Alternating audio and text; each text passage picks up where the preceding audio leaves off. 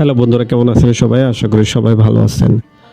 গল্পগুলো ভালো লাগলে অবশ্যই লাইক করবেন, কমেন্ট করে জানিয়ে দিবেন। আর চ্যানেলে যদি নতুন হয়ে থাকেন অবশ্যই সাবস্ক্রাইব করে পাশে থাকা বেল আইকনটি প্রেস করে রাখুন, যাতে নতুন নতুন ভিডিও আপলোড করার সাথে সাথে আপনার নোটিফিকেশনে চলে যায়। অলরেডি যারা সাবস্ক্রাইব করে রেখেছেন তাদেরকে অসংখ্য ধন্যবাদ। গল্প লেফটেন্যান্ট মেহেরাজ মির্জা, পর্ব সংখ্যা 42। নুসাইবা রানুরি। সন্ধ্যা পেরিয়ে রাত।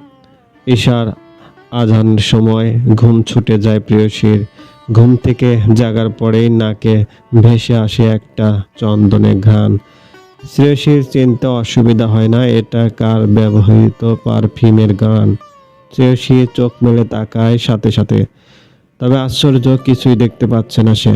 প্রেয়সী একটু আড়মোড়া খেয়ে বুঝতে পারে সে কারোর বাহুবন্ধনে আবদ্ধ।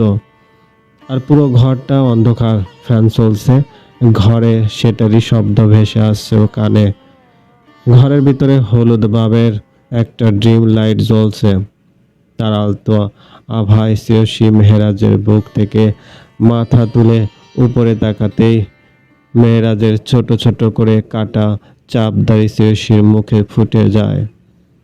শ্রেয়সী আউজ করে সরে আসতে চায়, তবে পারে না।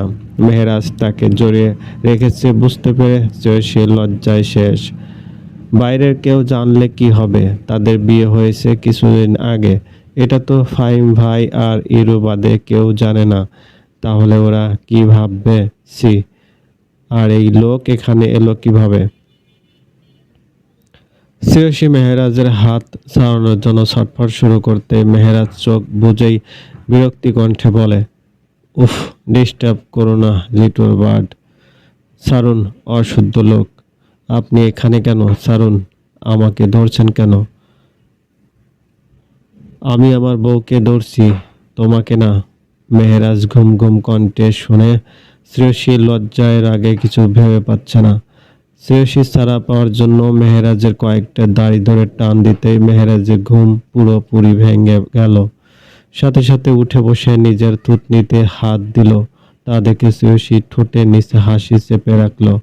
মেহেরাজ শ্রেয়সীর দিকে ভ্রু কুঁচকে তাকিয়ে রইল কিছুক্ষণ, তারপর ফুস করে একটা দীর্ঘশ্বাস ফেলে বলল, কাজটা ঠিক করলেন না লিটল বার্ড। আপনি বোধহয় ঠিক করেছেন, আমার ঘুমের সুযোগ নিয়ে আমাকে জড়িয়ে ধরছেন। কথাটা বলে শ্রেয়সী দাঁত দিয়ে জিভ কাটল। সে কি বলে ফেলল? মেহেরাজ শ্রেয়সীর কথায় আরো কিছুক্ষণ তার দিকে তাকিয়ে রইল চুপচাপ। ঘুমের ঘোর পুরোপুরি কাটার পর মেহেরাজ স্থির কণ্ঠে বলল, সরি। মেহেরাজের হঠাৎ সরি বলা আশা করেনি শ্রেয়সী, তাই ভ্রুকুচকে বলল, সরি কেন? এসবের মেয়েকে জড়িয়ে ধরার কারণে না বলে। আসলে ঘুমের গেছিলাম তাই বুঝতে পারি নাই। বুঝতে পারলে বাকি কথাটা আর মেহেরাজ বলল না। আর মোড়া খেয়ে বিছানা থেকে নেমে দাঁড়ালো। তা দেখে শ্রেয়সী কণ্ঠে একটু রাগ এনে বলল, বুঝতে পারলে কি বলেন? অর্ধেক বলে রাখবেন না বলে দিলাম। আর আপনি আমার আব্বুকে শ্বশুর বলবেন না একদম। শ্রেয়সীর কথায় মেহেরাজ ঝুঁকে পড়ে শ্রেয়সীর দিকে। শ্রেয়সী একটু পিছিয়ে যায়। মেহেরাজ ফু দিয়ে দিয়ে শ্রেয়সী মুখের উপর পড়া বেবি হেয়ার গুলো সরিয়ে বললে কি করবা? দেখুন। শ্রেয়সী কথাটা বলতে মেহেরাজ টুপ করে শ্রেয়সী কপালে একটা চুমু খেলো, তারপর দাঁড়িয়ে বলল, ফ্রেশ হয়ে বাইরে এসো, আমি গেলাম। বলে মেহেরাজ চলে যায় দরজা খুলে বাইরে। এদিকে শ্রেয়সী অবাক হয়ে বসে আছে।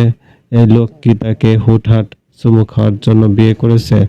শ্রেয়সী লজ্জা পায়।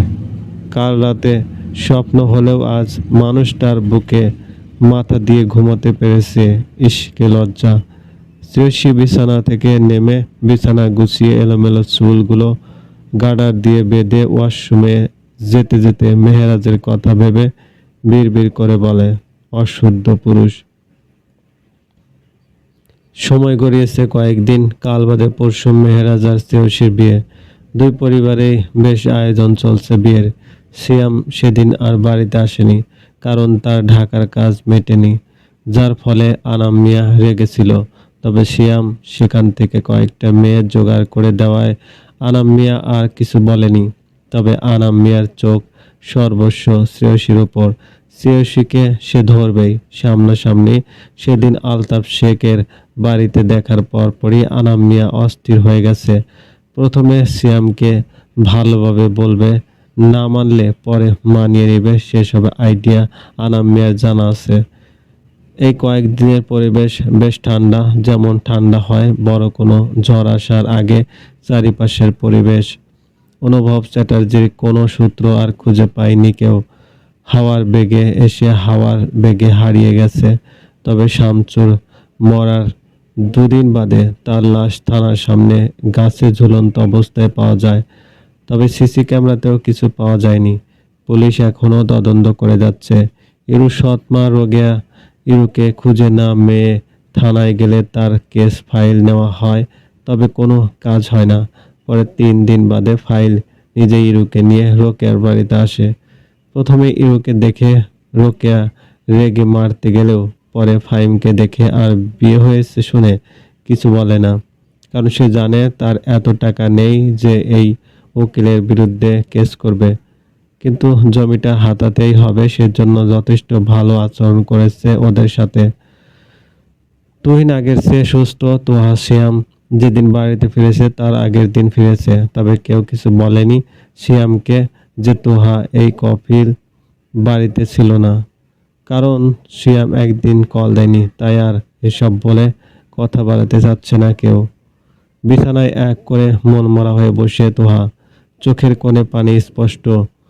হাঁটুতে মুখ গুজে দূরে বারান্দার দিকে তাকিয়ে আছে চুপ করে। কিছু ভালো লাগছে না ওর। রাত 9টা, খেয়ে আসার পর থেকেই মনটা ভীষণ খারাপ লাগছে। চোখের পানি বাদ মানতে চাইছে না, তবুও তোহা নিজেকে সর্বোচ্চ শক্ত করে রেখেছে। একটু আগে শিয়ামের ফোন চেক করার সময় এমন কিছু পেয়েছে যা তোহা কখনো আশা করেনি। কিছু ফোন কল রেকর্ডস আর শিয়ামের হোয়াটসঅ্যাপে সেকেন্ড আইডির কিছু আইডির মেসেজ। তোহা কখনো শিয়ামের ফোনে হাত দিত না, তবে শিয়াম আজ মোবাইল রেখে ওয়াশরুমে গোসল করতে যেতেই দ্রুত চেক করেছে। লকটা জানতো না, কিন্তু কিছুদিন আগে জেনেছে। শিয়ামকে লক খুলতে দেখে সে খেয়াল করেনি, তোহা দেখেছে। তোহা জানতো না সিয়ামের সেকেন্ড কোনো অ্যাকাউন্ট আছে, তাই প্রথমে হোয়াটসঅ্যাপে গিয়ে সবার মেসেজ চেক করে মোবাইলের ফাইলে গিয়ে সব কল রেকর্ডসগুলো অ্যাকাউন্টে নিয়ে নেয়। তখনই হোয়াটসঅ্যাপে নোটিফিকেশন আসে। তোহা চাপ না দিয়ে হোয়াটসঅ্যাপে প্রবেশ করে সেই মেসেজ না পেয়ে বেরিয়ে আসার সময় সুইপ অ্যাকাউন্ট চেক করতে গিয়ে পায় আর একটা অ্যাকাউন্ট। আর তখনই চোখ পড়ে কিছু মানুষের সাথে কথোপকথন। তোহা কয়েকজনের সাথে কথোপকথনের পরে যা বোঝার বুঝে যায় আর নিজের ফোন দিয়ে ভিডিও করে রাখে সবগুলো। তারপর যে যেভাবে ছিল রেখে দেয়। তখন থেকে মনের কোণায় অশান্তি হচ্ছে। নিজের উপরেই নিজের ঘৃণা হচ্ছে।